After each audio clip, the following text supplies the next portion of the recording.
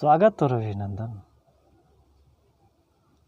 कई सारे लोग के मन में शंका रहती है, प्रश्न करते हैं कि गुरुदेव, क्या सेक्स करते समय, संभोग करते समय स्त्री के स्तन का पान किया जा सकता है? क्या स्त्री के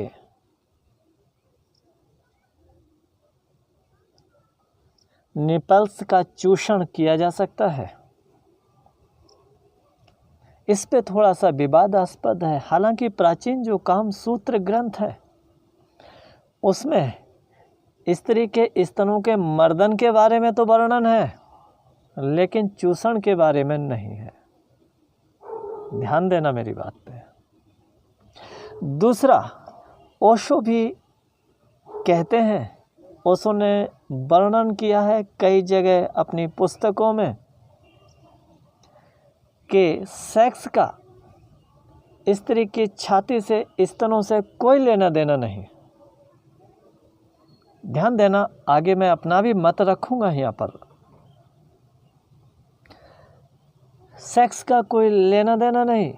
ओशो कहते हैं कि ये तो जब तुम बच्चे थे तो माँ के दूध को पिया, स्तनों को पिया, हाथ से दबाया, पकड़ा, वही तुम्हारा संस्कार बड़े हो करके जागृत हो जाता है। जब तुम्हें स्त्री मिलती है तो तुम उसकी छाती को दबाना चाहते हो, मसलना चाहते हो, क्योंकि ये आदत तुम्हारी पुरानी है।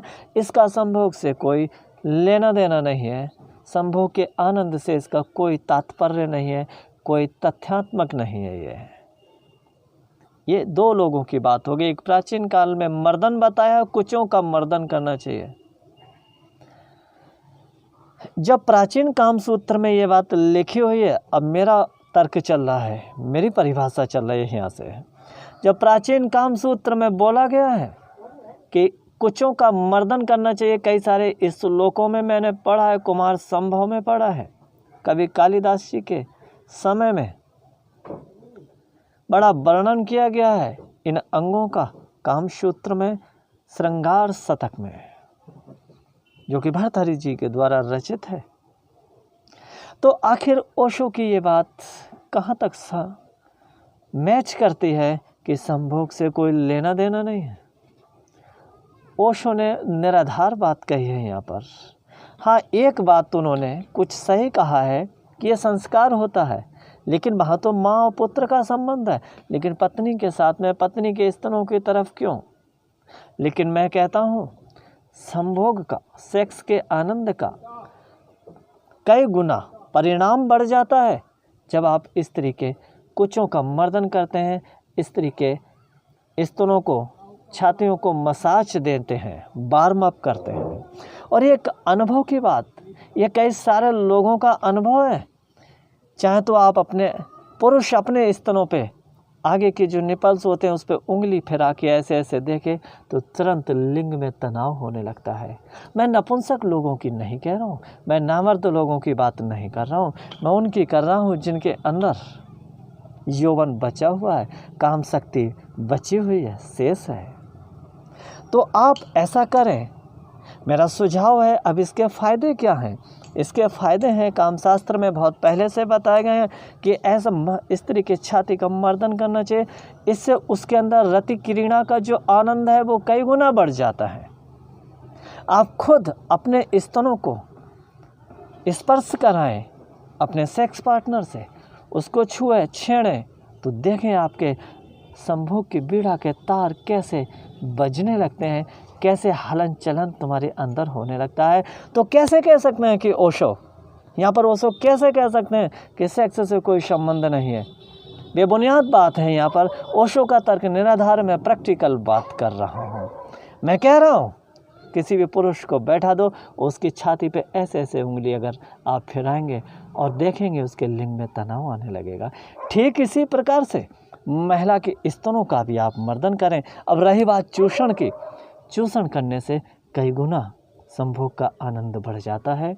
और मैं उन माताओं बहनों से कहना चाहता हूँ जो सेक्स में जब वो उतरे तो अगर उनके पति उनके स्तनों से खेलें, क्रीड़ा करें, चूषण करें, तो निश्चित रूप से ऐसा कराएं।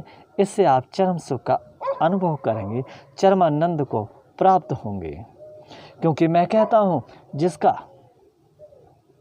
पारिवारिक जीवन अगर विखंडित है, अगर टूटा हुआ है, तनावग्रस्त है, तो उसके पीछे 80% यही कारण है कि स्त्री और पुरुष एक दूसरे के लिए संपूर्ण चरम आनंद की प्राप्ति नहीं करा पाते हैं। ये बहुत बड़ा काम शास्त्र है, काम सूत्र है। जो काम के महारथी हैं, जो गहरे अनुभवी हैं, वो समझ रहे होंगे मैं क्या कहना चाह रहा हूँ और किस ओर इशारा कर रहा हूँ। तो माताओं बहनों, इसमें कोई शर्मिंदगी की बात नहीं है, कोई लज्जा की बात नहीं है, क्योंकि शास्त्र कहते हैं कि स्त्री के लिए सुबह को अपने पति के साथ एक बहन की तरह व्यवहार करना चाहिए। बहन का मतलब जैसे कि बहन अपने भाई का ध्यान रखती है, नाश्ता कराती है, कहीं कुछ कराती है। दोपहर में माँ की तरह ध्यान रखना चाहिए, भोजन कराती है, जैसे माँ प्यार पूर्वक काम करती है, सेवा करती है। और रात्रि में उर्वशी रंभा की तरह, अप्सरा की तरह एकदम निर्लज्ज होकर सेक्स में उतरना चाहिए, ताकि आपके पति के मन को संतुष्टि मिले और वो पति भी अपने आप को फिट रखें, सेक्सुअली फिट रखें और इस तरह से अपने जीवन को धन्य बनाएं। क्योंकि जिनका सेक्स का देवता रूठ जाता है, जो भली भांति संभोग करने में असमर्थ होते हैं, संभोग की ठीक जानकारी नहीं होती है, तो उनकी पत्नियां पर पुरुषगामी बन जाती हैं और उनके पुरुष पत्नियों के वो भी पर स्त्री गामी हो जाते हैं। इसलिए आपका परिवार बचा रहे, टूटे ना, इसके लिए आप संभोग की बेहतर जानकारी प्राप्त करें। क्योंकि मैं कहता हूँ संभोग से ही संसार चल रहा है, समाधि से नहीं। किसी मंदिर और मस्जिद से ये संसार नहीं चल रहा है, क्योंकि मंदिर मस्जिद से बहुत पहले भी संसार की स्थिति थी और मंदिर मस्जिद को आप मिटा के देख लो, फिर भी संसार चलता रहेगा। लेकिन संभोग के बिना कल्पना नहीं की जा सकती है संसार की।